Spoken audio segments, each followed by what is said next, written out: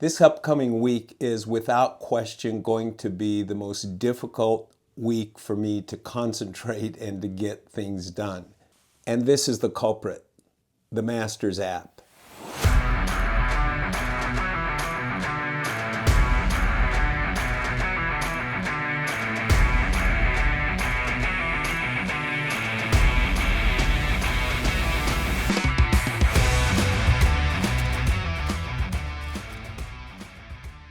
The first of the 4 major golf tournaments of the year. And every year in April, the Masters comes and I spend an inordinate amount of time watching all of the interviews pre-tournament, during the tournament, and then you can find me part of Saturday and most of Sunday watching every shot of the Masters. It is, without question, the most exciting sports event. And I might add, second only to the Super Bowl, the most difficult event to get tickets to. My love for golf started when I was 12 years old. My brother and I would go to Las Vegas, Nevada for the summers and visit our dad. By the time I was 15, I was enthralled with the game. It became a passion. And I began the process of imagining what would it be like for me to be able to play on the PGA Tour as a professional golfer. And my goal at a young age was I want to play in the Masters, which I watched every single year, many of those years, with my dad. When I turned 16, I moved from Colorado Springs, Colorado to Las Vegas, Nevada to live with my dad, specifically so that I could spend all of my time and energy focusing on developing a golf game that would hopefully lead to the professional golf tour. I played varsity golf in my junior and senior year of high school, and in my senior year, I ranked 3rd in the city among all the high school golfers.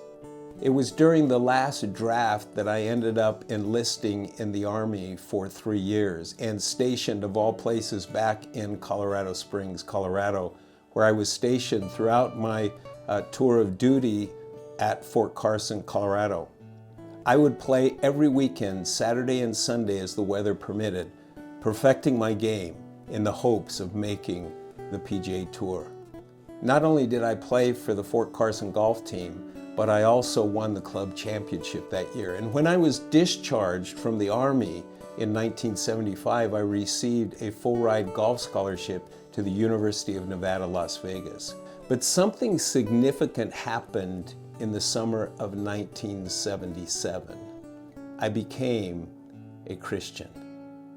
After I graduated from college, I realized that my game wasn't strong enough to be able to make a living, at least enough of a living to support my growing family. I was at the time married, had 2 children, and another one on the way.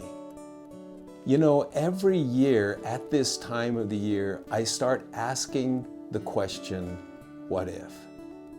Was I good enough? Could I have played in the Masters? And as I reflect on that, and there are times when I am confident that yes, if I would have had the right coaches, if I would have had the right opportunity, maybe if I wouldn't have had the responsibility that I had, maybe I could have made it. But is that what God had planned for me? And when I think about that, when I think about things in the past, and I think about the what ifs, I can't help but be drawn to what James wrote in his letter when he said this: "Come now, you who say, today or tomorrow we will go into such and such a town and spend a year there and trade and make a profit. Yet you do not know what tomorrow will bring. What is your life? For you are a mist that appears for a little time and then vanishes. Instead, you ought to say, if the Lord wills, we will live and do this or that. As it is, you boast in your arrogance. All such boasting is evil. So whoever knows the right thing to do and fails to do it, for him it is sin. I have no doubt that God had other things in mind for me. And while every year I go through those what ifs, I know that God had a better plan for me.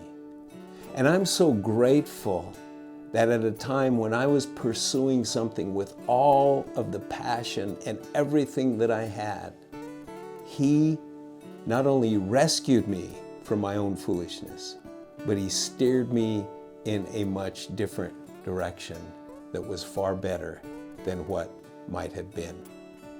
And while every year the what ifs come about, I stand firm on the promises of God to know that He always, always has a better plan for me. And every year, this time of the year, the same thing happens. The Masters app comes out, I start watching the interviews, and I enjoy every moment and every shot. Thanks for watching this week's video. If you're enjoying them, please give them a thumbs up and share them with someone. And please consider a $5 or $10 a month donation. It'll help me to continue to produce these videos as well as other materials that'll help people grow in their faith. I'll put a link in the notes below, and I hope you have an awesome day.